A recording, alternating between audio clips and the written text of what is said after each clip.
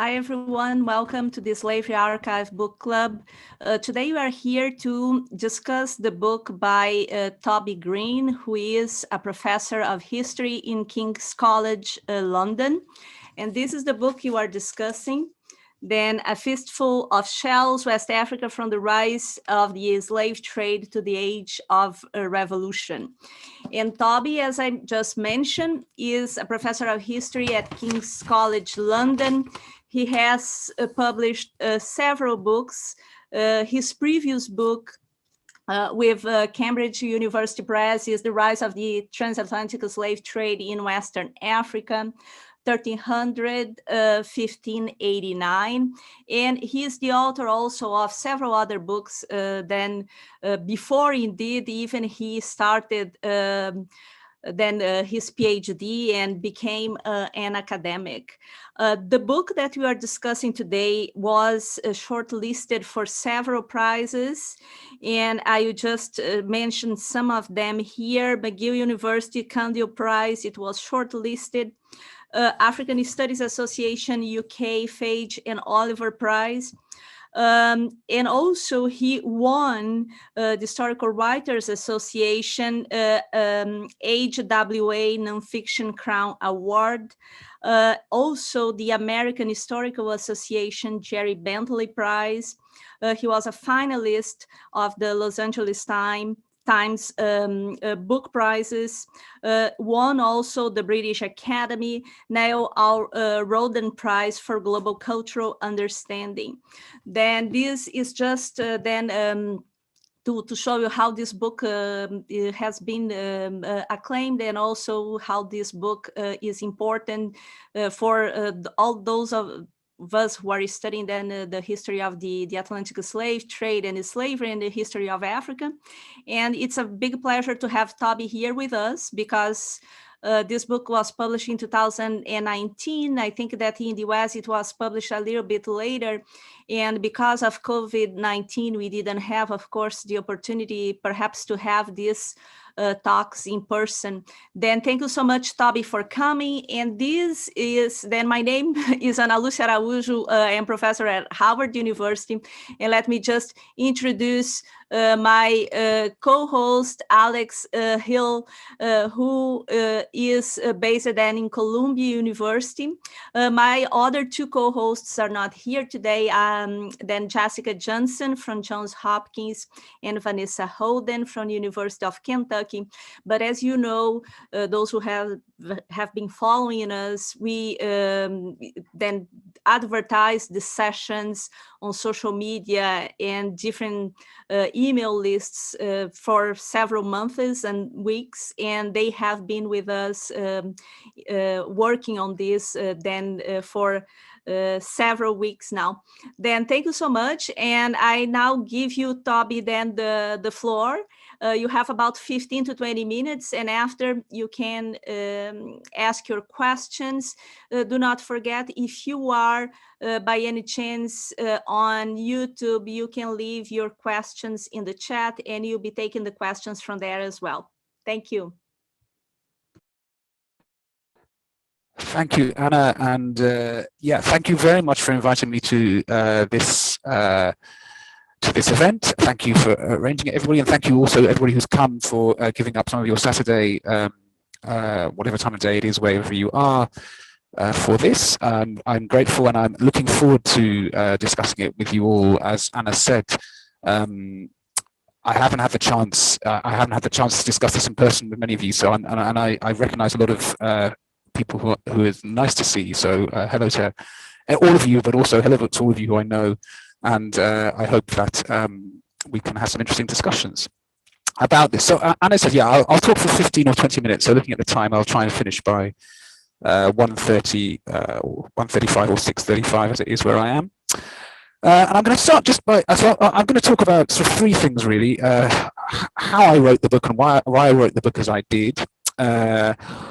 Secondly, what I think are perhaps some of the, well, to me anyway, the more interesting historiographical contributions which the book might make. And then finally, what I think are unresolved tensions in the book, things which, you know, I certainly haven't feel that I've been able to resolve, but that I think can be productive for discussion going forward. So firstly, how I wrote the book. I think the first thing to say is this is not the book, and I mentioned my 2012 book on the rise of the transatlantic slave trade in Western Africa. And those of you who've read that book will know that in that book I said that that was the first of a projected 2 volumes dealing with some of the themes, and the second volume would compare that region to West Central Africa going up to 1700, and then you'll be aware that that isn't the book that I've written. And so I think it's quite interesting from the point of view of methodology and how historians work, or how I work perhaps, why that is the case.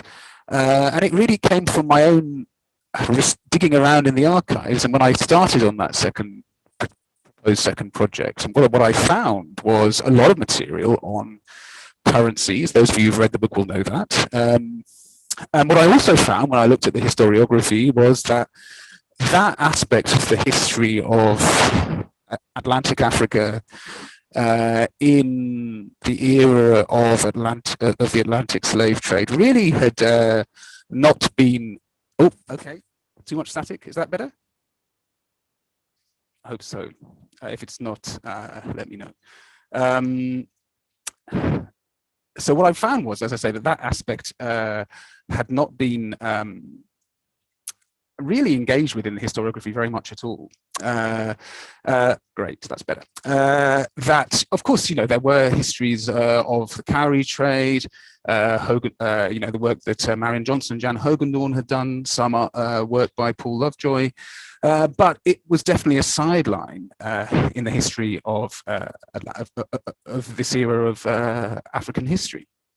And I found a lot of this material there. So from there, I began to think that this might be an interesting way of thinking about this period of time for a number of reasons, which I'll come on to in a moment when I talk about the historiographical questions, but particularly as I mentioned in the introduction to the book, because there's definitely, I definitely have an awareness, and I think a lot of us would do that, in terms of commonalities which might bind together so many varied histories on the African continent.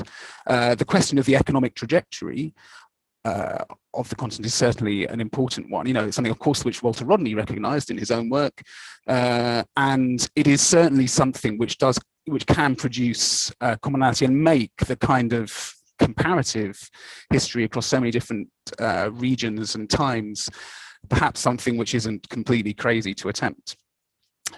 So that's how I came into the project.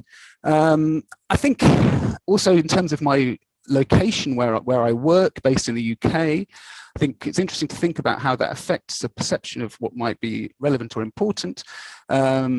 In the UK, the 2007 bicentennial commemorations of the abolition of the transatlantic slave trade led to quite a lot of really quite interesting, important and charged discussion about the way in which African history had so often been presented, certainly in the UK and certainly within the Western historiographical paradigm, almost universally from a perception of through the context of slavery. And so that I felt an awareness, as in some ways being involved in some of those discussions and watching how that unfolded in where I work, that could be an important element to bring to what I wrote, a history of this region over this time period, which of course engages fundamentally with the history of slavery, but not as if as if African history in this period can be somehow reduced to that category. And that's one of the issues I'll come back to when I talk about perhaps unresolved tensions in the book. So those are the kind of, I think, drive impulses and driving elements which took me into the approach that I took. And then also my experience doing research in West Africa itself. I mentioned that in the introduction to the book. The exchange I had with a friend in Gambia, and where I gave my friend 3 50-euro notes and got a plastic bag full of Dalasi notes in Gambia, and how this is somehow normalized the way economic exchanges are expected to be. But of course, it's those normalized things which sometimes are the things which really are worth thinking about. So those, I think, were the impulses into the book which I ended up writing. What are in my view, the sort of historiographical contributions which the book might make, which I think could be quite interesting to discuss. I think there's a particular focus on economic history in the book, as I've already discussed, and there are two elements of that which I might emphasize. The first would be, which I don't really come on to until the conclusion, and it's something which in a way is perhaps unresolved, or at least not brought to a full conclusion in the book, is the debate between formalism and substantivism. Some of you will know about this, maybe some of you won't, but in the 60s, 70s, and 60s and 70s in particular, this was a key debate in African economic history. Formalists and substantivists in terms of the relationship of economic transactions in Africa, whether these in the pre-colonial period needed to be understood from within cultural frameworks of African societies, or whether in a formalist sense they were part of a broader economic rationality which could be universalized or compared globally. And formalism tended to win the day in that debate. And the sense that Africans were always rational economic actors and always had been seen very important in those days. From today's vantage point, I would say, I think a lot of us might think, well, it seems quite strange that that debate had to be had at all, that question of economic rationality was raised at all. But we have to remember the way in which Africa had been integrated into historiographical debates in the West up until that time, and the importance which that debate was seen to have. At the same time, I think the approach I take in the book is to look at the question of value, the plural meanings of value, the way that value in both African societies and in Western, European and American societies in this era had a plural meaning, had an economic meaning, but also a moral meaning. And that's been studied, for example, in the case of early modern England, the moral context of credit and its changing meaning over the early modern period has been studied, and is very importantly. And in the book, I look at how, for example, currency retained elements of that plural meaning, the way that initially gold and silver stolen from the Americas was melted down and turned into Baroque altarpieces in Iberia, but that over time, a reductive material approach to economic value and to economic currency took over. And that plural relationship, however, was retained in many parts of West Africa. Currencies, cowrie shells, for example, were used for both religious and economic purposes, as I've just explained. They were for a long time also in parts of Europe.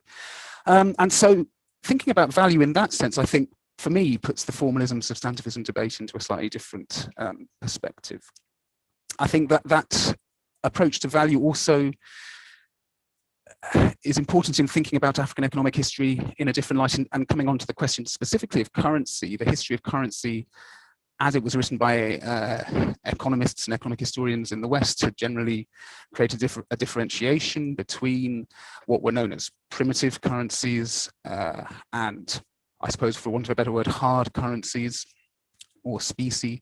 But there have been some really important, I would say, transformations in the approaches to currency by scholars in the, since I'd say at the start of the 21st century. I'm thinking particularly, for example, of the work of Akinobu Kuroda, the work on plural currencies, and that work helped me to think about currencies. It pushed me to think about currencies in a different way, to understand the relationship of currencies as a global one and African currencies, the way that they fit within that. And that's very important. Moving on to another aspect, I think, of the historiographical contribution of the book, because I think that is what led me to rethink the relationship between money and the state in West Africa in this period. My chapter on the fiscal military state, the way in which understanding that these are parts of a global currency trade helps us to think about the relationship between currency, taxation, and the state in Africa in this era, and how that is actually connected to similar transformations and similar relationships in European and American societies, creating a connected history between the continents through this lens. I think that is, for me, one of the contributions which the book tries to do through the lens of of currency and rethinking how those transformations in the historiography of currency can push us to look at that in a different light. And then I think, building on that aspect of connected histories, I think the final thing I would pull out for now, and we can discuss this later, but is Africa's place in global histories, and particularly in the 18th century, which is where the chapter in which I deal with the fiscal military state particularly focuses on the 18th century, and then into the age of revolution. And I think one of the contributions of the book is also to, having seen those interconnections in terms of state building, is to then look at interconnections in terms of the age of revolution. Now, there's been a lot of work done in recent years, as many of you will know, on the role of Africans and of African histories of warfare in transforming the age of revolution in the New World. And what I try to do in the book is, that was obviously an inspiration for me. And then thinking about how that actually affected transformations in Africa itself, and looking at really structural similarities in terms of revolutionary movements in Africa, in terms of the role of bourgeoisie, overturning of aristocratic power, and the interconnections which emerge between the different sides of the Atlantic, bringing therefore those transformations and Africa's role in them as having a fundamental transformative effect, not only because of the role of Africans in the New World, but also actually because of the interconnections and the way in which these revolutions took shape in Africa itself. So I think, those are the things I would pull out for now, so I don't talk for too long. I'm sure we can talk about a lot of other things, but those are some of the things which certainly I found most interesting in researching and writing the book. And then, so just to speak for 5 minutes or so about things I don't know that I did resolve particularly well in the book. And this is Slaveryarchive Book Club. The place of slavery, I think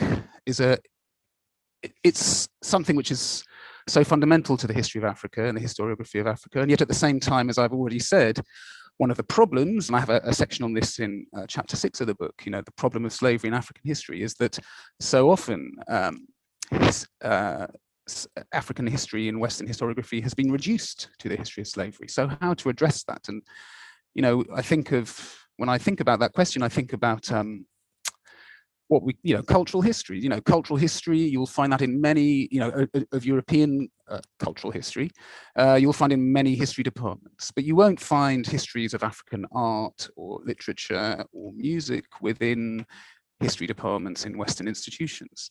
And that tells its own story, I think. So how to somehow balance what are in many ways irreconcilable requirements. On the one hand, the fundamental significance of slavery in African history, both in terms of course, the diaspora and its structural and human and emotional significance in the New World, and the impact that had on the continent itself, and also because of the significance of slavery as an institution in Africa itself, and yet that competing historiographical and moral requirement to show how the history of Africa cannot be reduced to that history.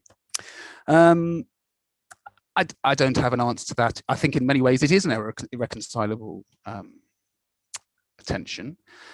I try to approach it in the book because, of course, there are many sections of the book which do deal with the history of slavery, but I also try to show how it has to be fitted within a much broader framework. And other historians will take a different approach and approach it, include it in a more fundamental way to the book than I did.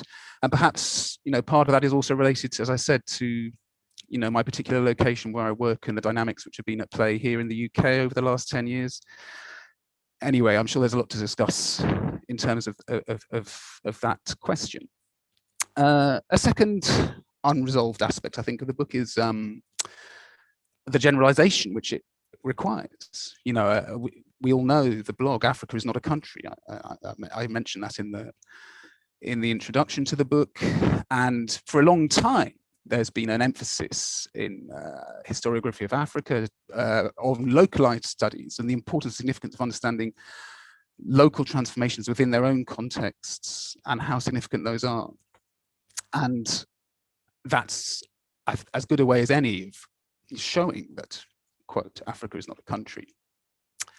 But on the other hand, doing that, well, there are two things we could say. Firstly, of course, we have to recognize that African history grew out of a history of ethnography. It grew out of the fact that the first Western historians of Africa were ethnographers, created ethnographies which were specific. Well, you could say they were actually generalizations of specific peoples, quote, ethnicities. And that may have shaped some of that dynamic. And on the other hand, of course, not looking at a more general framework means that some of the things which do bind the histories of the continent together, particularly this economic question, which is so fundamental to modern questions of inequality, can't really be structurally addressed. And that is also a problem. So I've addressed this by taking a more general approach. But of course, not everybody will. Not everybody will think that's the right thing to do. Personally, I think that both approaches are required. But that is a tension in the book, and there's no doubt about it. And then finally, I think there is a tension in the book between two approaches to how we think about the past, or how historians, or competing histories of the past, really. The first is the dynamic of process. I think in general, I would say the historiography, Western historiography, it has traditionally focused on the history of process, the historical process, the economic and political process as that played out, and in a somewhat teleological way led to Western hegemony. On the other hand, of course, there is the history of experience, the historical experience, what history means to individuals, to peoples, to communities, how they express that, how they remember it, and what it means today. So the African historical experience is very different to the way in which Africa has been incorporated within the historical process in Western historiography. And the way I try to address that in the book is through the different types of sources which I've used. I've used a lot of archival sources which focus on the historical process, but I have also tried to use as much as I can oral sources which, of course, focus on the African historical experience, and in fact, in many ways, interrupt, as African communities and societies did interrupt the historical process, interrupt that historiography and that narrative through the way in which they interrupt the power which it seeks to impose. So that's a tension which, again, in some ways probably is irreconcilable, and I think it is there in the book in terms of the different sources which I used. And again, it is probably a productive one which many different people will approach and address in different ways. And I've approached it in my own particular way, but there are many other ways in which that can be done. So I think I'll probably leave it there for time being and open up to discussions and so forth. Thank you for listening. Thank you so much, Toby. Let's see if you have any questions here. Then I am not seeing any hands raised. You know how to do it. You go at the bottom of the screen, click on reactions, and you can raise your hand.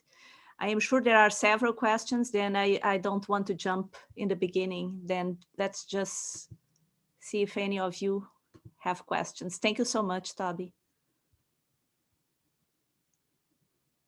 Any candidates?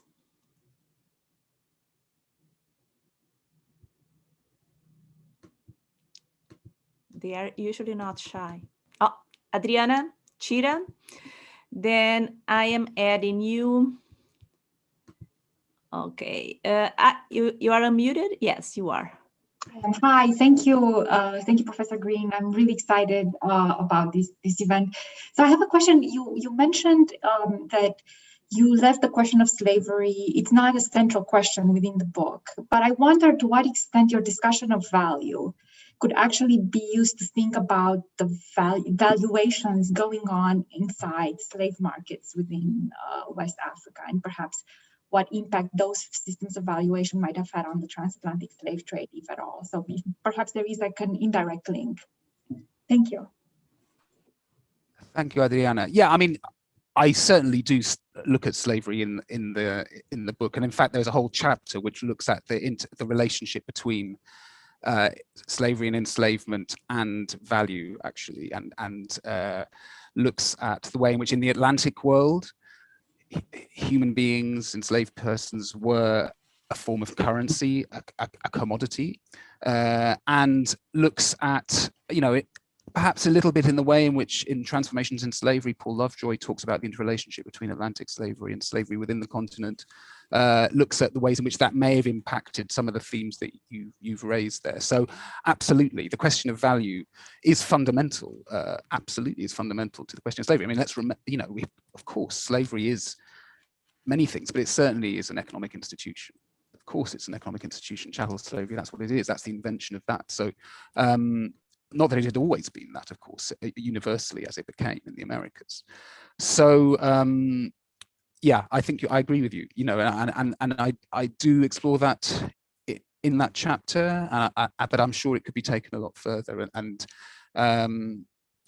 it's, and of course, thinking about that question of value, of course, brings up the theme I also mentioned of the plural meaning of value, both an economic and a moral meaning, which is also something I think which can be explored in this dimension. So yeah, thank you, Adriana. I think we have a question from Mariana, who is telling me that she can't raise her hand. And I'm correct, Mariana? You are correct. I cannot raise my hand. I don't know. I updated my Zoom, so maybe this my better function disappears. So thank you for giving me a chance to raise my hand.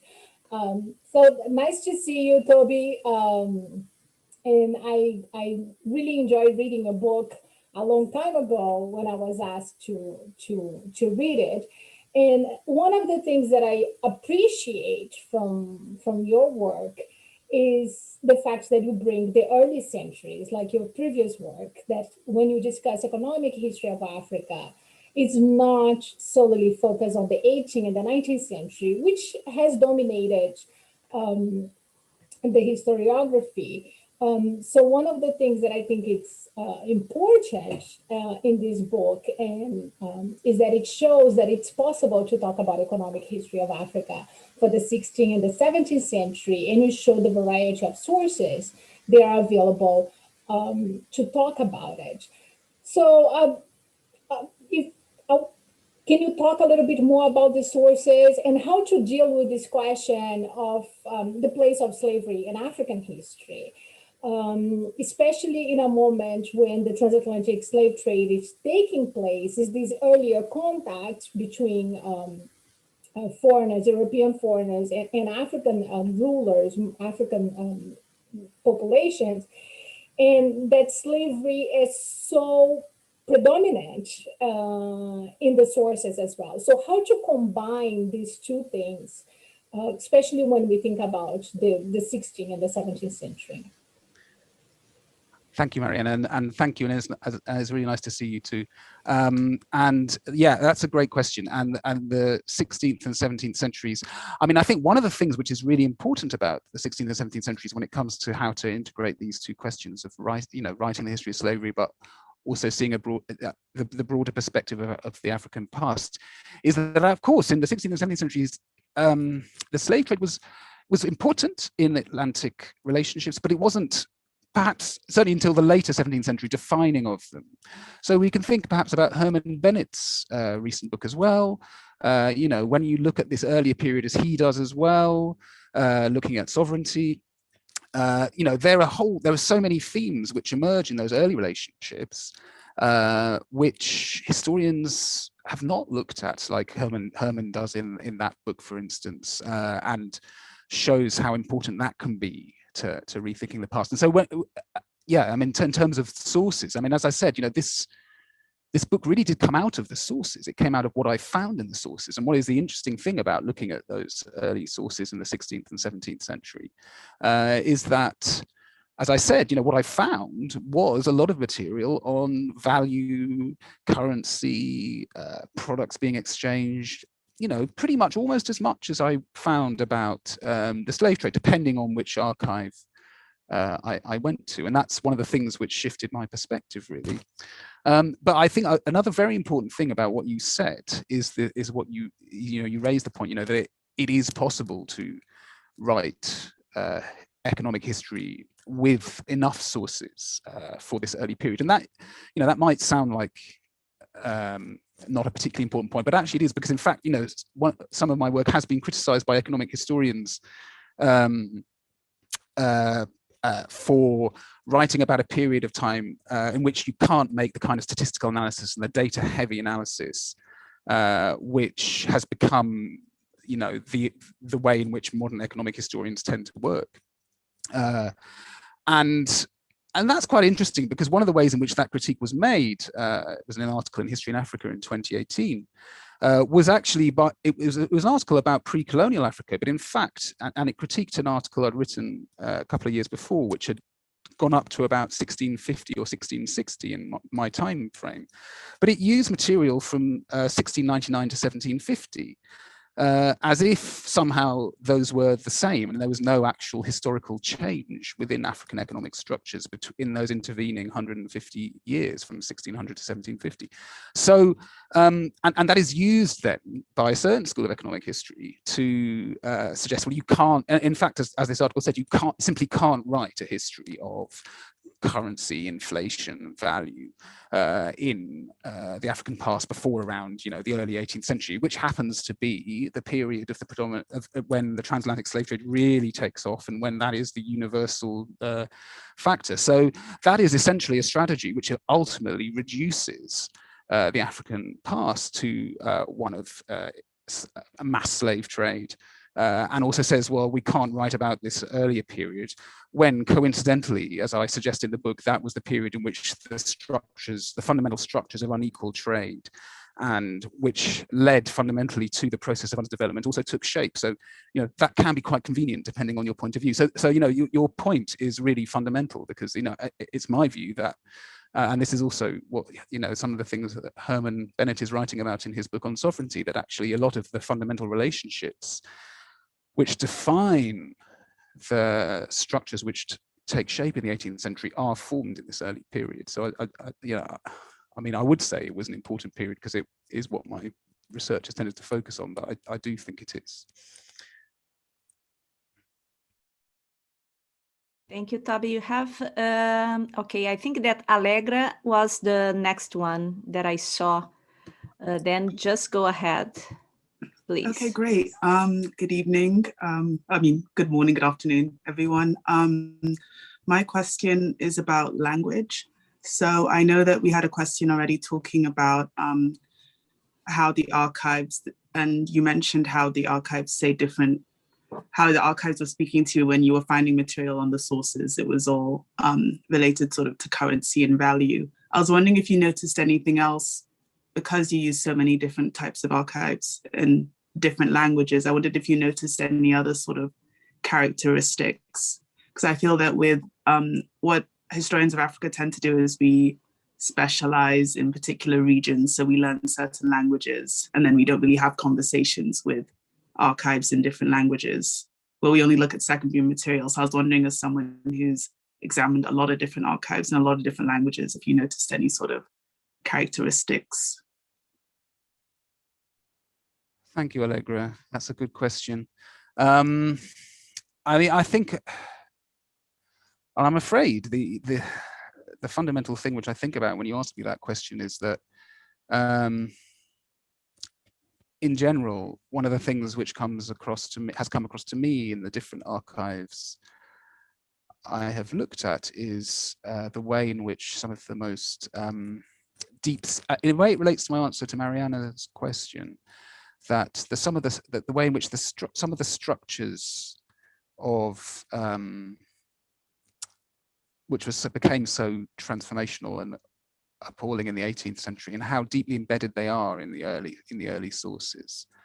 And the example I would actually give is the Dutch archives. So the Dutch archives, I mean, I can read Dutch. I can't say, you know, but even being able to read, just to read Dutch, one of the things that really stood out to me when I read some of the Dutch archives was the use of, and I don't think I mentioned this in the book actually, but the word which is used in the Dutch archives related to early trading, the West Central African coast and down to the colony which is founded in Cape Town in the mid 17th century for the slave trade is transporteren. I'll type that in the chat. But and a transport. And when I think of the way that that word came to adopt so many meanings, which in the 20th century, which are actually, of course, structurally very analogous to what was happening in the 17th century. As I say, the deep-seated way in which language shapes a structure of thinking and a structure of doing and objectification. That was one of the things which really struck me there. And that has related to some of the things which, again, yes, you do find in the Spanish and Portuguese archives from that period of the way in which language is beginning to shape that kind of objectification and dehumanization and the devaluing of humanity. And that, of course, you know, in terms of history, that is something which has, for me anyway, created a commonality in the way in which I think about those archives. And then, of course, there's the way in which, and I really appreciate this question as well, Allegra, because I do think that language is such a fundamental element of the historian's work, and particularly the historian of Africa, and the way in which, as well, African languages intersect with European languages. And you know, if we were to take a cultural studies approach, somebody like Walter Mignolo has worked so profoundly on questions of empire and language, and yet historians of Africa don't really do that. You know, historians of Africa tend to look at sources. Well, hold on a second. You know, language is such a fundamental tool of empire, and looking at the way, I mean, of course, you know, nobody can say they really are conversant in. Well, certainly I'm not conversant in enough African languages to do this in a structural way, but I do think that history as a discipline needs to engage with this in the early modern period and in the pre-colonial period in Africa in a much more fundamental way than, to my knowledge, it ever has. Of course, you know, there are historical linguists who've done some wonderful work, not usually in Atlantic Africa, actually, but I mean, Edifields Black, of course, has done this, but there aren't many who have. But I do think that those relationships, and I do, in terms of African languages and colonial languages and how they're intersecting at this time, they are very important. I do mention some examples of that, in a couple of examples of that in the book, but I certainly could have gone a lot further, and I'm sure that there are graduate students out there, and I'm mentioning no names, Allegra, but who might do that work. That was one of the reasons I asked the question. Thank you for your comprehensive response, and it's nice to see you. Thank you. We have then by order here, we have Rui Gomes Coelho, then I will allow you, go ahead, just unmute yourself, you can do it. Hi, thank you for organizing this, and thank you for sharing, you know, the book with us. I've been enjoying it quite a lot. I wanted to follow up with this conversation about the sources, more specifically on the archaeological sources. I understand that you use some archaeological bibliography in the book, but I also realize that you don't really quite engage with it much. I mean, I understand this is the book you wrote, you chose to read. I'm not saying that you should have written a different book, of course.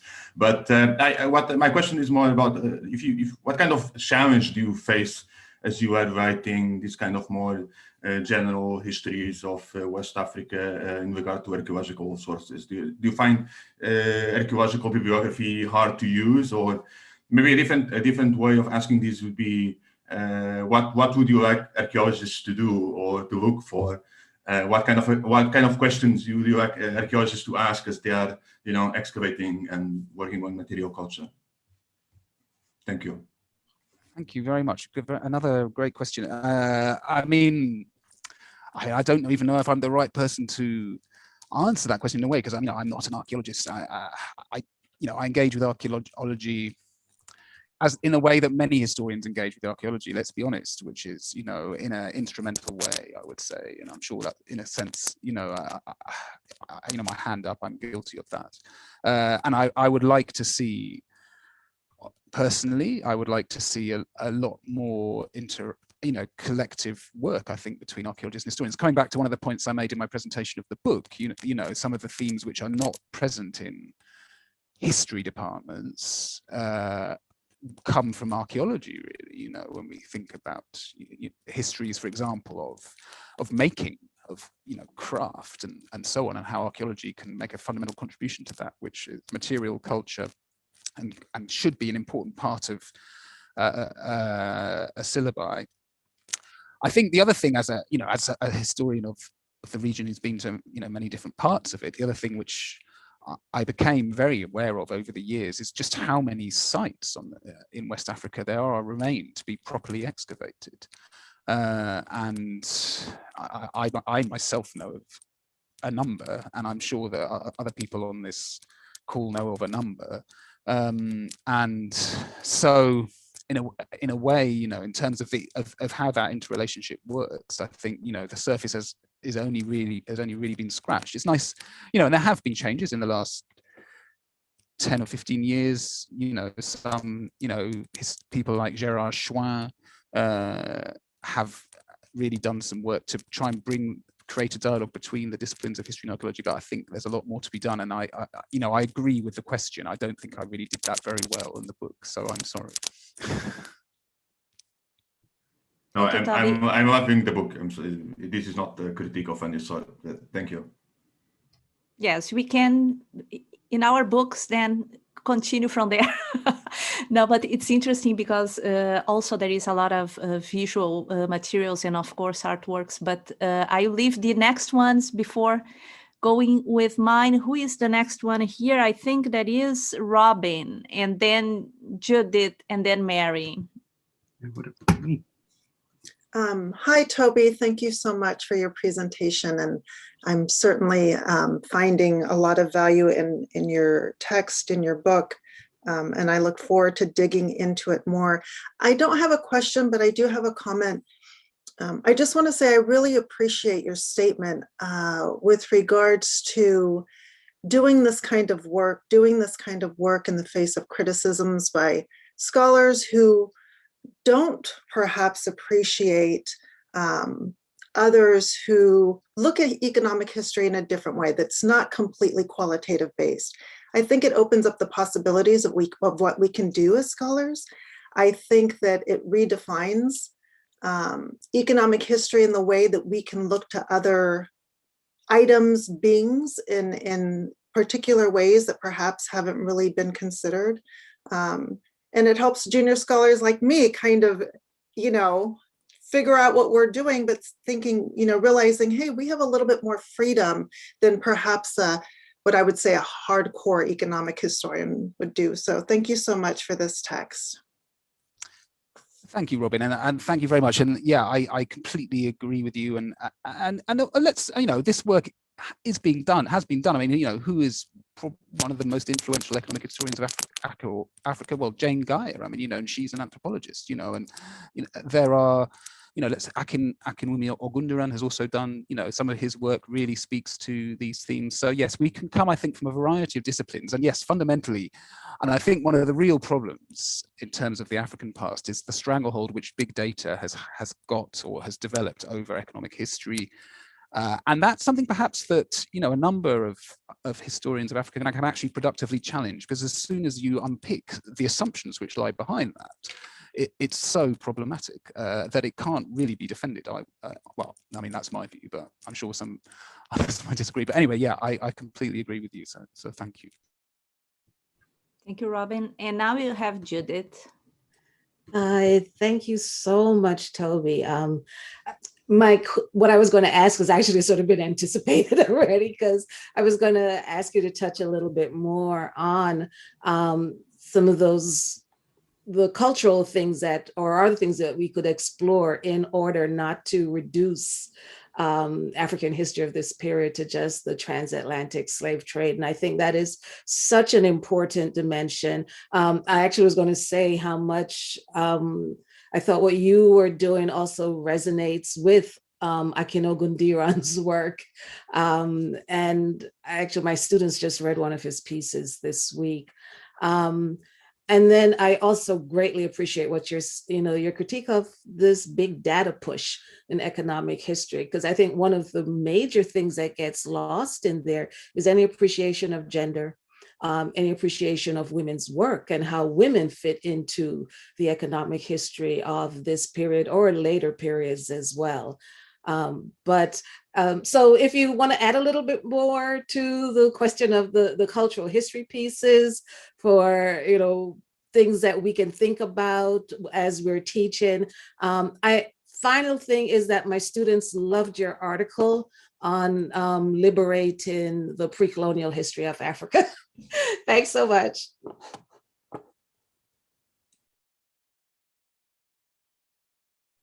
Thank you, Judith. Yeah, thank you. And well, I think I really just want to stress, and I think the point you make about gender is so fundamental. I mean, this idea that somehow the data are objective. I think we, really actually, maybe this is something which, in general, historians of Africa really need to think about how as a field it can be challenged, because it's so fundamental, and we can, we just stepping out of the past, look at the present and the way in which data is being used during the COVID-19 crisis in a gender blind way, as if somehow, as we all know, the impacts on women around the world, particularly marginalized communities, are absolutely catastrophic. So I think, this is a problem for the African past, but it's a problem in terms of data in general. And I think that, there is already on this call, we've had a number of ways, collectively, so many people have thought of ways in which this can be challenged. And I do think that will be a productive avenue for African economic history in the next few years. So yeah, thank you very much. Okay, I have Mary. After we have Christine Mann, and then we have Stuart Schwartz, who can't raise his hand. Thank you, Anna. So I think my question is fitting really well with the past several questions, and it's kind of a methodological, conceptual question. So I took this sort of grand narrative, and you have this incredible sweeping narrative to your book. It just covers so much. It's amazing. But you have this grand narrative in which ultimately it's a great divergent story in which the Europeans are essentially able to create these instruments or ways of holding value across time and space that are more durable, and therefore they're able to accumulate capital, and they're able to make capital gains in a way that the African communities and polities that you focus on do not. And so, I mean, it's not the old story of Europe is more technologically advanced or something like that, but it is a story of Europeans essentially figuring out a way to create financial structures that are more durable and powerful and sort of all-encompassing in a way, because they encapsulate the globe than the societies they came in contact with. And I mean, I thought it was really convincing, but also I just sort of question, you have these other stories interspersed in the book, you begin with Bautista Perez, who's this kind of vulnerable figure because he's a slave trader, but he's also ultimately killed by, the Inquisition. So what do you do with the kind of paradox of you have these people running, who are on the ground, who seem so vulnerable and so, probably acting in a contingent way. They're not trying to create this global financial system, but eventually they do create one. Whereas in, West Africa, you have these powerful Obas, who are in their context, they're much more powerful, personally powerful. So, but the sort of Perez's of the world end up creating the world we live today. So I guess it's a question of, how do historians confront that kind of paradox, I guess. And it's a question I have in my own work as well, too, because the people you think are so powerful are kind of not always so powerful. Well, I mean, that's, I think one way to confront it is to articulate it as you just have done, and I couldn't articulate any better. I think, sometimes I wonder what my book was about, and I sort of wonder if you haven't just told me. So I think, I think that one of the things which I think is important there is what you also lit on, which was the contingency of that, the contingency of power in his case. And that, I think, is an important thing. And that's where the micro history and the macro history can intersect in some ways, because I think that that contingency is, I don't know, I'm trying to articulate this. I'm not sure this, this is just a suggestion really, but perhaps is a way of mitigating against the narrative of teleology. And that's I think an important thing for historians, particularly historians of West Africa in this period, to do. You know, because I think one of the problems with, coming back to one of the things I said in my presentation of the book, History as Process, is that it does kind of create a narrative of some kind of teleology, and that is quite problematic. So I think actually articulating that paradox is important in the one hand, because I think in a way the paradox itself shows the contingency of the choices that were made, but Perez himself, as you say, is also an interesting figure, because although he's not planning that, but at the same time, if you look at what he did, he ended up becoming the richest person in Lima in the 1630s, and so his story actually articulates and is in a way emblematic of the process which the book is trying to describe too. So I think one of the things perhaps that comes out of what you said, Mary, is that we shouldn't be frightened of paradox as historians. You know, I think one of the things that we sometimes think is, you know, everything has to hang together, but as we all know, everything doesn't hang together necessarily, you know, in history, in you know, or even in our own lives. So we shouldn't be frightened of that, and those paradoxes can perhaps be quite productive in some of these ways. But thank you. Thank you, Mary. We have now Christian and then Stuart. Go ahead, Christine. Hi, Toby. Thank you for being with us today. And thank you, Anna, for organizing this. Appreciate it so much. I hope and I think that my question follows from Judith's and also from Mary's. You referred in your opening remarks about what you spoke of as the tension between process and historical experience. And I guess I'm interested in hearing you talk a little bit more about the relationship between changing processes and changes in what you referred to as historical experience, and where in the book you felt or you feel you were able to understand a moment in the human experience of Africans, and especially different kinds of Africans, and you know where you felt you were able to recover that well and understand that well. I'd love to hear you talk a little bit more about how you did it, you know, about when you felt you could do it well and when you tried to do it and felt you couldn't do it so well. And what was it that empowered you to do it more to your satisfaction? You know, what did you find in the sources? What was it that maybe you already knew about historical context? And especially with, you know, attention to different kinds of actors, whether gender, based on gender, age, insider, outsider, elite, non-elite. I'm really interested in, I want you to unpack a little bit more where you felt you were able to understand human experience and how it might be changing given the narrative that you've laid out in the book. And when you thought you could understand that, begin to understand that, why was it there in those places with those sources? Thank you, Christian. That's a very good question, and an answer, you know, that could have been a completely different presentation, really. Well, the only places in the book I would say that I would feel at all confident that I'd managed to do that was where I focus specifically on the oral sources, as I think I said when I mentioned that in my presentation.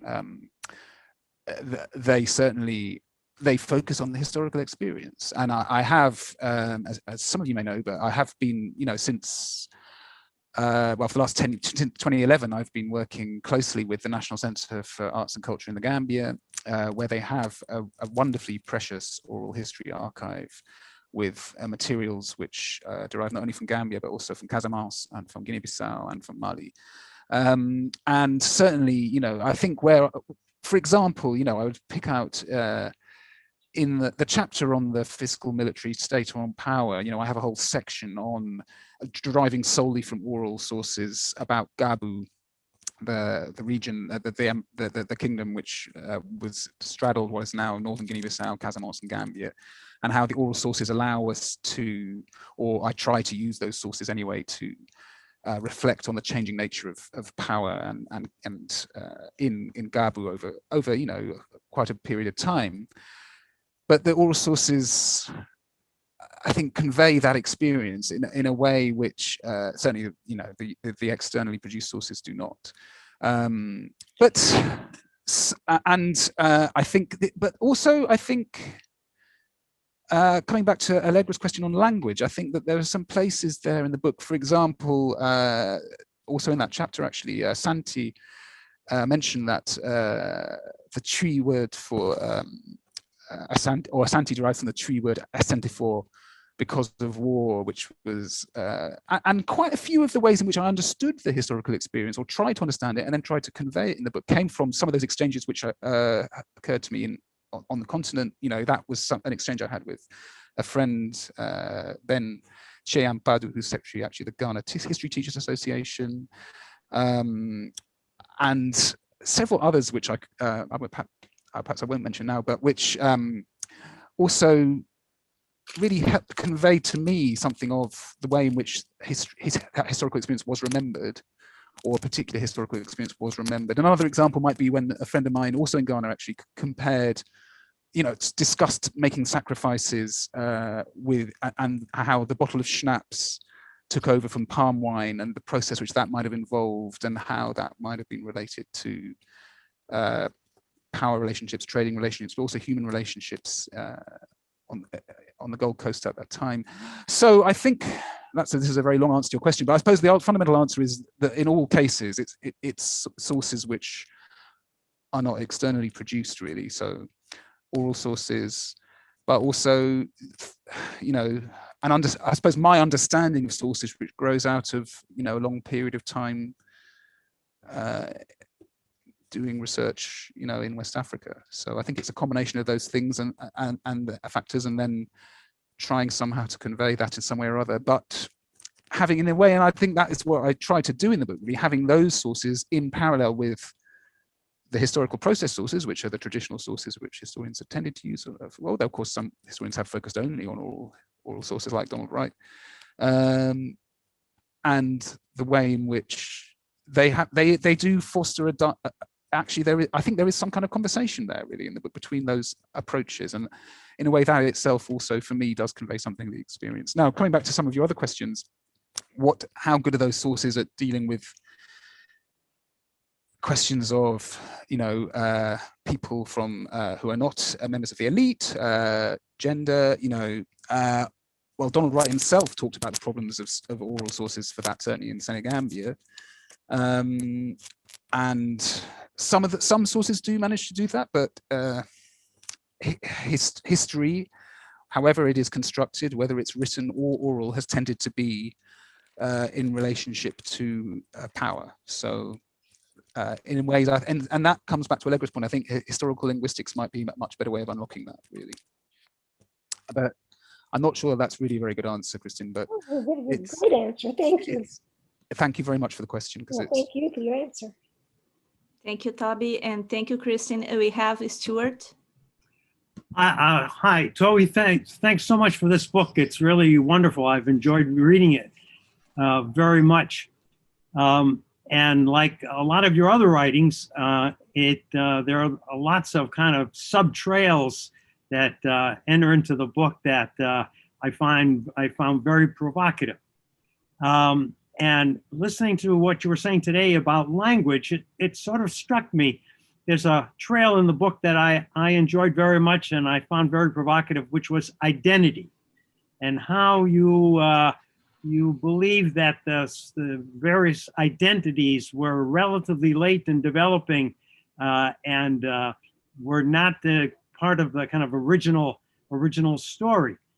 And it struck me that some of your remarks today about language were similarly, were sort of parallel, and that both ethnicity and this kind of language diffusion becomes important in the 18th century, which is the great century, as you said today, of the development of the slave trade. So it made me wonder whether maybe the book, it doesn't have a chapter about the slave trade. The book is really about slavery and the trade and how it influenced so many other aspects of the development of cultural and other kinds of formations in West Africa as a result of that. I found for example, in the identity stuff, reading it from the other side, where I've seen many examples of African identity used in organization of religious brotherhoods, of women denying their children's right to marry because they were marrying outside of their so-called ethnicity in the 18th century in Brazil. That ethnicity becomes a reality, whatever was its origins in Africa. So what do you think? Is there a possibility that many of these aspects are really outgrowths of the changes that are caused by the intensification of the slave trade? Thank you, Stuart. Well, yes, I would say that. Yes, clearly, the chapter, for example, which deals on transnational relationships between West Africa and the Americas, clearly, for example, the section in that chapter which deals on embassies, the embassies of Dahomey, for instance, which Anna, you've written about, that none of that would have happened without the slave trade. So the way in which that shapes identities and, as you say, ethnicities, the way in which that intensifies in the 18th century, yes, I would completely agree with that. What I would say, coming back to Mariana's question of earlier, is that actually quite a lot of this is taking shape, much earlier than that. In some of my, I think in that section which you mentioned on ethnicity, I think it is chapter 9. I think I refer to the way in which this is actually taking shape in the 16th century. The Spanish crown's decision that the people who come from Senegambia are going to be worth more than people who come from West Central Africa creates an impetus to start listing people's ethnicities. And so there is an economic dimension of that, coming back to some of the other things that we've discussed. But I think the key thing perhaps is that, as you say, the intensification of all of this in the 18th century, the intensification of this transnationalism is very important. Because the numbers of people arriving from a particular sociolinguistic group in West Africa, as we all know, is something much higher, a much larger proportion of the population in a certain place, and that has got to have a major transformative effect in terms of creating an ethnicity and creating language groups, coming back to the question of language diffusion. So yes, those interrelationships would not have happened in the 18th century without the slave trade, and so it is fundamental. But I think I would also come back to the fact that in the 16th and 17th centuries, actually that's not the case. So we know that there are ambassadors from Benin and from Congo and from Senegambia in Portugal in the early 16th century, and that's not related to the slave trade, really. So it wasn't always like that, and some of those relationships took shape in analogous ways earlier. So I think that is why that earlier period is also very important in understanding how the whole process took shape.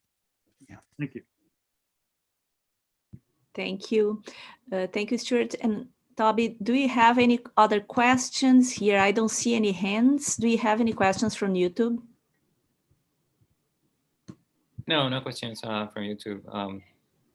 Okay. I you have a question? Okay, go ahead.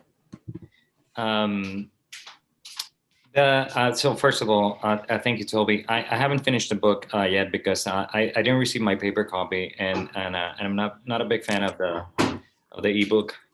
So I'm waiting for the paper copy to arrive. Apparently, it's on its way. So the question is based on my reading of the first half of the book, and I hope maybe this is something maybe you cover in the second half. But you're a little worried that you're being paired with the Piketty type people with the big that you need big data in order to do economic history. But something that I didn't see in your book was the book pitting itself next to the people like David Graeber as people who are doing dead history. Now you make this claim in the beginning of the book, which I, like in passing, but it's wonderful, and you move quickly away from it, that that the birth of modernity can be placed more or less in this kind of coinage that is happening because of the gold that is coming out of West Africa. And there's a transition from credit-based economies, to coinage that finances more or less these clashes around the Ottoman Empire, the rest of the Ottoman Empire and the Portuguese Empire in the Mediterranean world. And I find it fascinating because on the other side, the sort of dead historians, as we can call them, I guess, they say that the rise of modernity comes out of that transition from dead economies, from credit economies to coinage economy, but mostly because you needed to pay for armies. That was their thesis, right? A slightly different thesis, but I don't see how they are mutually exclusive. But one thing I know the book is based on coinage, but literally it's called A Fistful of Shells. And you do go into some of the cycles of credit later in the 16th century and stuff like that, and these tensions, at least as far as I've read. But I was wondering if you could maybe, have you thought deeper about what that tension between between credit economies and coinage that is there from there in the beginning and all throughout these cycles of credit, all the way to the present, rather than centering coinage itself, centering that tension? I was wondering if you could say a little bit more about that. Yeah, thank you, Alex. Yeah, that's a very good question. Yeah, I think that in a way it is, as you say, a kind of productive tension. That I don't think they're mutually exclusive. And I mentioned earlier, I do have this chapter where I look quite a lot at in a way,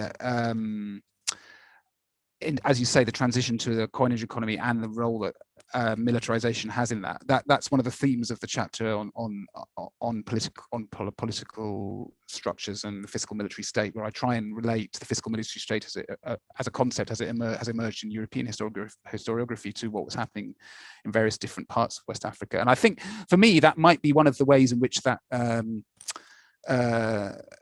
that tension can be productively engaged, because I think, as you say, Graeber, I think Graeber's book was wonderful, and I think that he does.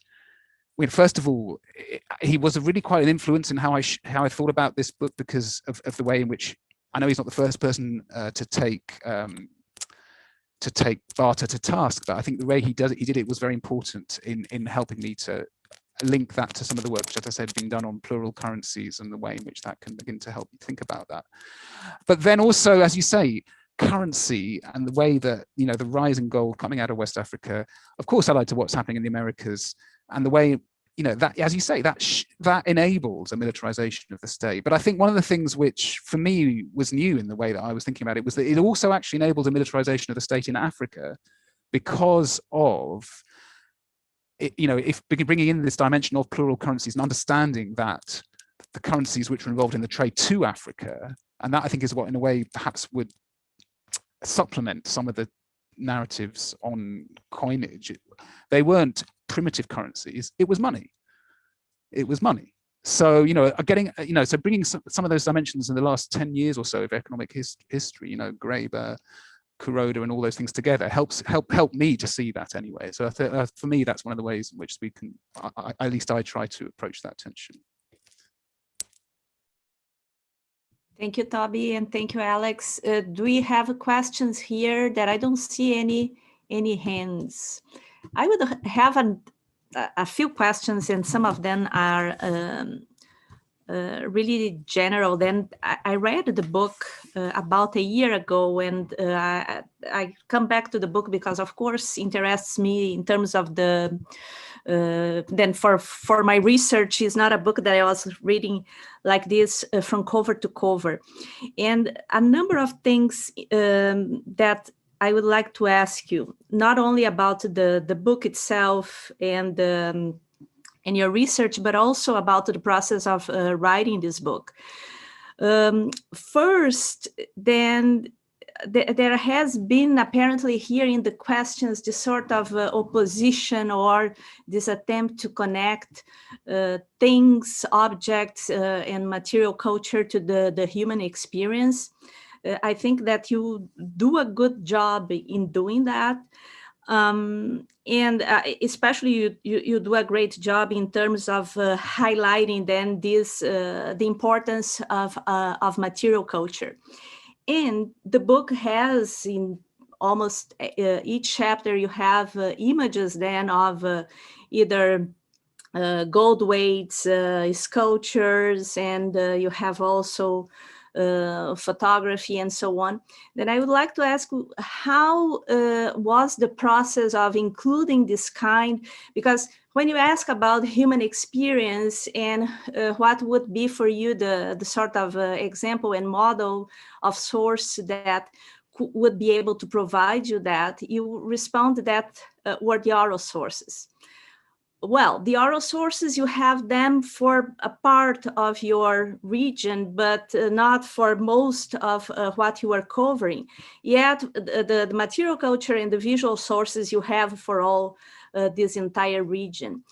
And I ask myself whether the visual material that you include in the book were things that led you to think about the societies and then how they were made, by whom they were made, under which context they were produced, or if this is a sort of way of illustrating the narrative.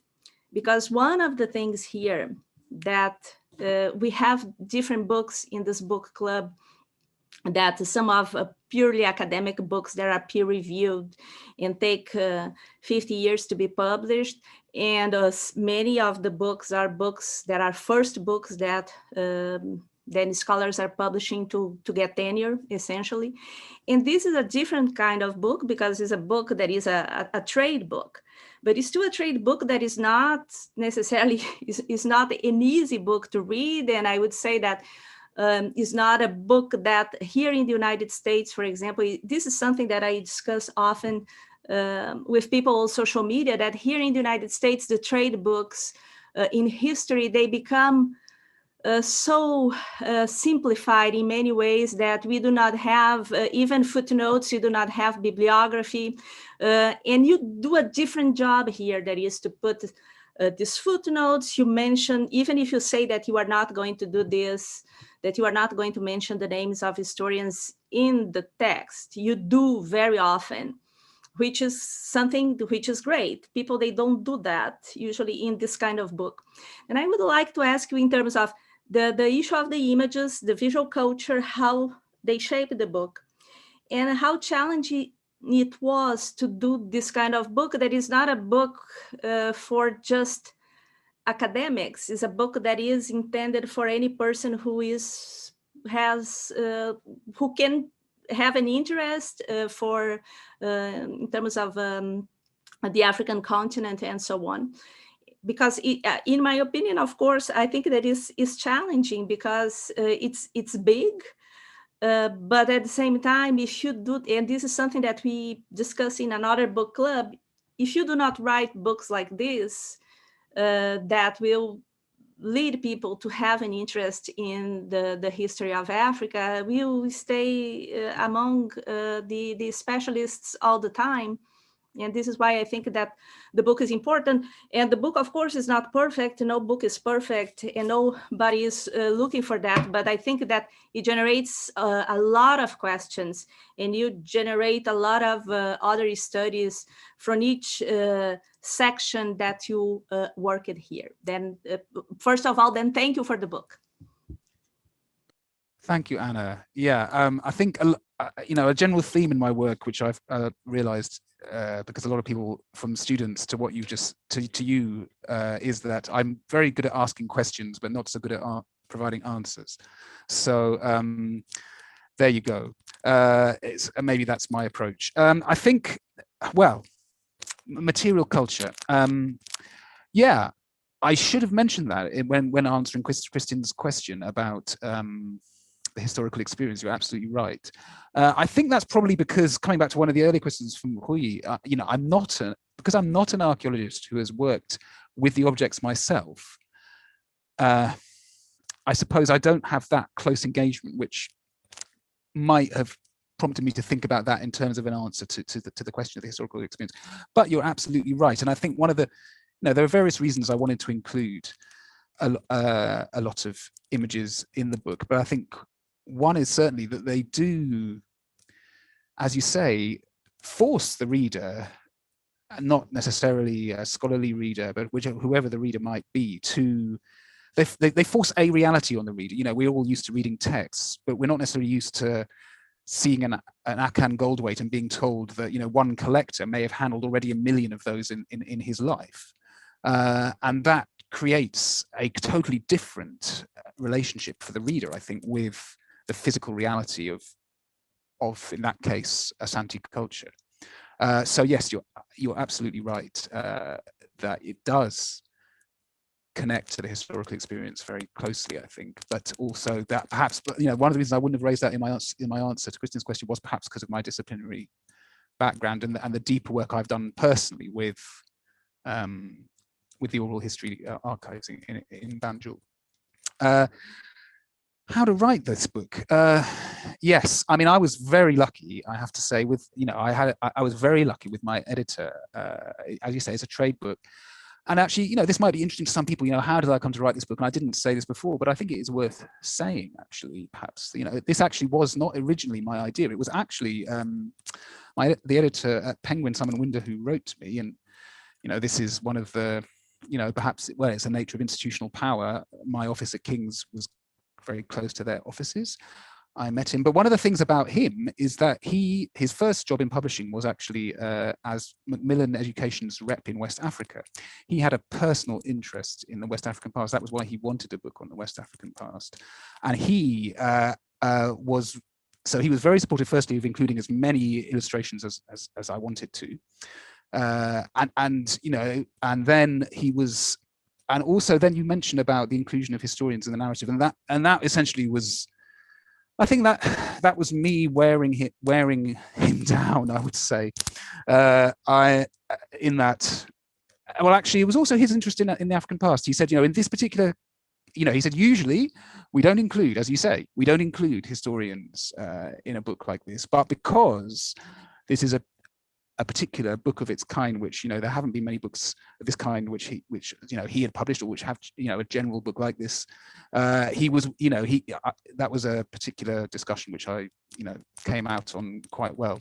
And the purpose was, coming back to what you said, the purpose was to, you know, I think this is a book which makes historiographical contributions and is of interest to scholars. But as you say, one of the things about it is that I think we have got to try and communicate to a broad audience, because otherwise, as you say, as you know, most people on this call, actually everyone in this call knows, there's been a lot of fantastic work done by many people on this call and others on the African historical past, but I think, as I say in the introduction, it remains little known, and that is a problem. It's a problem because until that work is better known, it's very hard to challenge a teleological historiography, which is in many ways exclusionary. And so, yes, this isn't a book which I would probably have written, you know, if we had a 10-year process in the UK, but it turned into a book which is kind of, as I was saying in England, neither fish nor fowl. It is a scholarly book, but it's not a perfect scholarly book, as you said, Anna, and it's got, as I said, lots of unresolved tensions in it. But it's also trying to communicate to an audience which might find resolving those tensions didn't make them want to read the book. So, and I think that is something that historians ought to try to do. And I think, again, that comes back to a question of location, you know, where you're, you know, in the UK, it's become important in terms of academic life to what is called impact. So there is an important component of what historians do in the UK. We are supposed to do work which does communicate beyond the academy. So all of these things feed into how I wrote this book, which, you know, makes it what it is, you know, not perfect, but one approach. Thank you, Toby. But just to say that no books are perfect, and I don't believe in any people who think that books are perfect. And I am the most imperfect one among those who write books.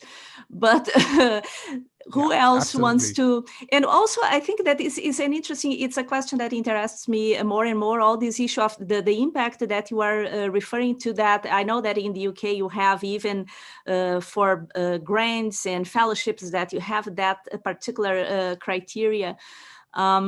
But here in US, there is a growing number also of historians, even who are junior scholars, who are writing books that are trade books. Then I think that it's interesting to have the discussion, especially when we are talking about African history that is perhaps less accessible, because here most of the trade books are books on history of the United States.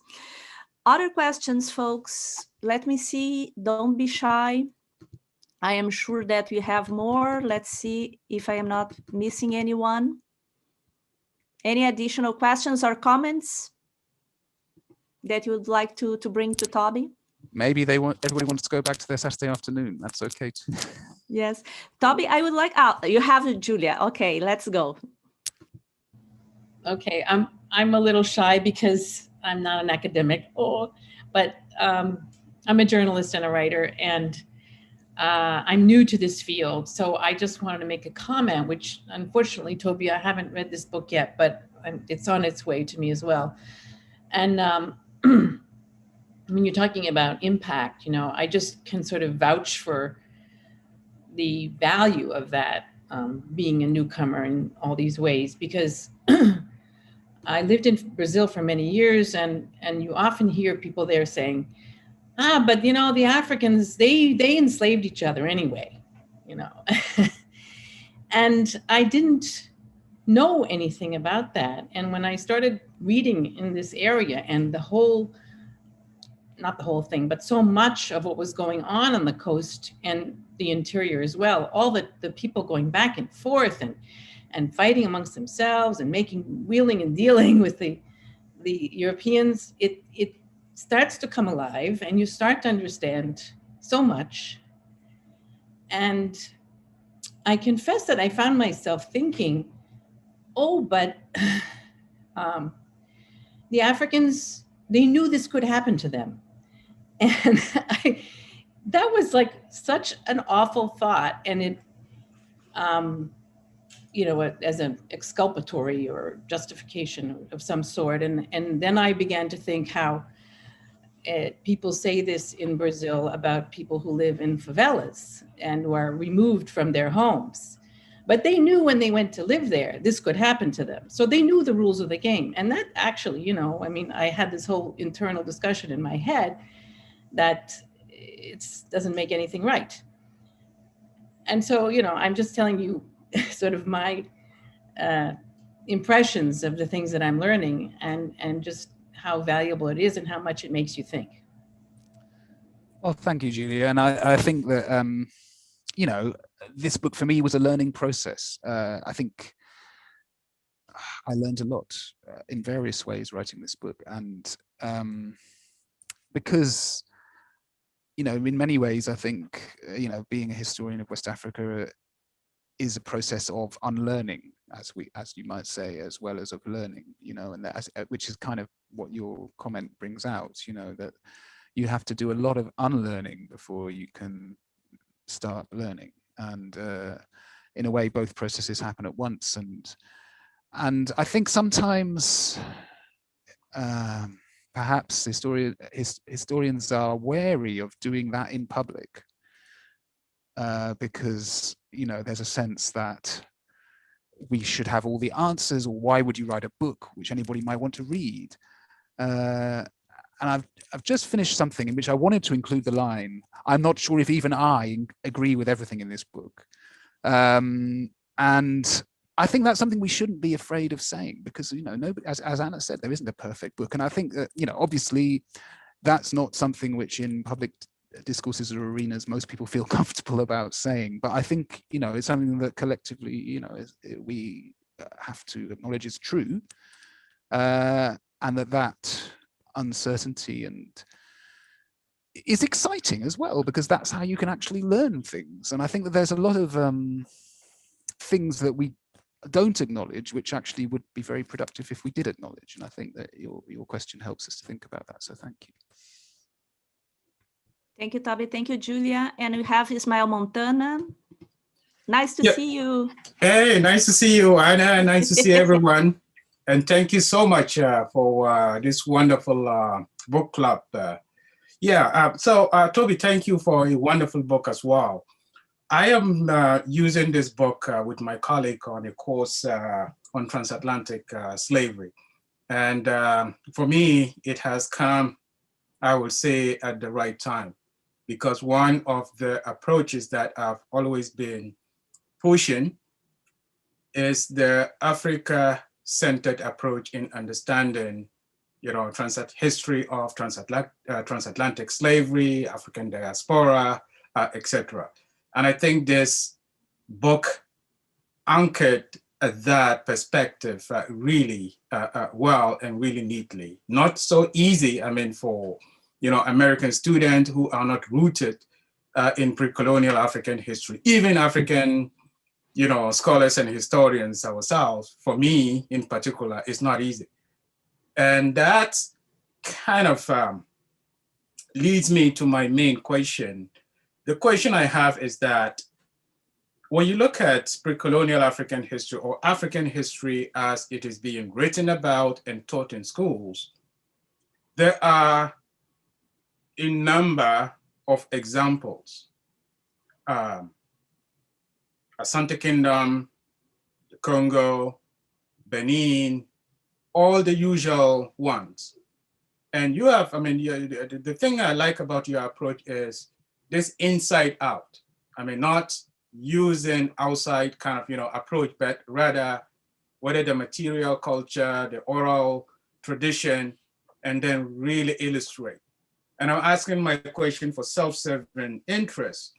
And that is, there are other pre-colonial African states whose history are less known and need to be written and bring to the fore. One that I'm kind of involved with is the history of the Dagomba state in northern part of Ashanti. So the question I have is, what advice would you offer? Where do you think would be the natural starting point to use this inside out approach to either to rewrite or to expand the existing history of these states that are less known than Asante, Congo, Benin, Mali, Songhai, and the like? Thank you, Ismail. That's a really good question. And I think you light on one of the flaws in the book, which is that, as somebody picked this up with me in the past as well, it doesn't have much to say about the kind of, a state like Dagomba. It does deal with stateless societies, but again, it doesn't have that much to say about it. And I think that, a book of this kind, perhaps, which ranged quite widely, but which focused on something like that, a comparative theme, stateless societies, or maybe states which weren't big fiscal military states like Asante or Dahomey, but which were smaller scale. I think that would be really important. Now, I think question of sources is going to be, again, challenging as it is not in a way so challenging for some of the bigger states. Certainly if you're going to do a comparative book like that, but I think it's very important, again, to, I suppose, speak to the diversity of coming back to the question of the historical experience, the diversity of that historical experience and how different it was, and of course the challenges which a state like Dagomba faced were very different to the sort of challenges which a state like Asante faced. And I think that, as you say, there are so many enormous gaps really in the historiography of pre-colonial Africa, and you've just picked up a really significant one there as well. And I think it just shows how much work there is to do, but I do think that, coming back to your question of approaches, in terms of an inside-out approach, actually one of the exciting things about writing such a history would be the fact that you would have to choose an inside-out approach in terms of sources. and that itself would force that narrative really into the historiography in an incisive way, perhaps more than I could manage in this book, although I tried to, as you say. So yeah, thank you, and thank you for what you said about the book too. And as you, Annie, I think you rightly pick out that is one of the flaws in the book. Great, thank you. Thank you, Toby. Thank you, Ismael. Do we have any other questions or comments? I would just have one that perhaps to close, and I don't know if Toby wants to answer. Toby, would you like to tell us a little bit about what you are working now and what plans do you have in terms of future works? Well, like everybody, I have been, things haven't been as I imagined they would be this year. In general, I'm thinking of going macro to micro for my next work. I think one of the reviews of the book, which I found interesting, was a review which said that the book had was trying to. It was a review in a Dutch journal saying that this was a book trying to write a history of pre-colonial Africa as if it was any other part of the world, in a sense to normalize and de-exceptionalize the African past within Western historiography. But one of the things which again has very little been done is a micro-historical approach to the pre-colonial past, and because it's been said that there aren't the sources to do that and so on. I've been working with two scholars, Philip Havik and Felipe Ribeiro da Silva, on an Inquisition trial from Guinea-Bissau from the 1660s, which this has taken almost 10 years, but we transcribed it and we have translated it, and it's going to be published by Oxford University Press in a couple of months. And there are some other trials in the region, and I'm thinking of trying to use those as a basis for a kind of micro-historical approach. So that's my next plan, but it will take some time. Okay, thank you so much. Do we have any additional questions? No, then give me 1 second. Then just first of all to thank you then, Toby, for coming. Thank you for all of you who came to attend this session. And I invite you then, first of all, then let's just remind you that this is the book. I know that with COVID-19, perhaps we are having a harder time, and I know that the book was published in the US in paperback recently, but it was a little bit delayed because of the. It's been delayed. It's coming, I think, next month actually in the end in paperback. Okay, yes. Yeah, because it was scheduled, I think, for December. But then you know more about the book, and you can recommend people to watch the session on YouTube. And then I just want to invite you for the next session of the Slaveryarchive book club that is going to be on March the 3rd. And this is 5 p.m., the usual time that you have for people who are presenting from the United States. And this is the added book by Tatiana Seijas, Erica Ball, and Terry Snyder, which is As If You Were Free. And this is an edited book with several authors, each one focusing on a biography of a woman during the period of slavery and emancipation in different parts of the Americas. Then you are invited to register and also to attend the session. Otherwise, thank you so much, Toby, for coming. It was really a pleasure to see you again, and thank you everybody for attending.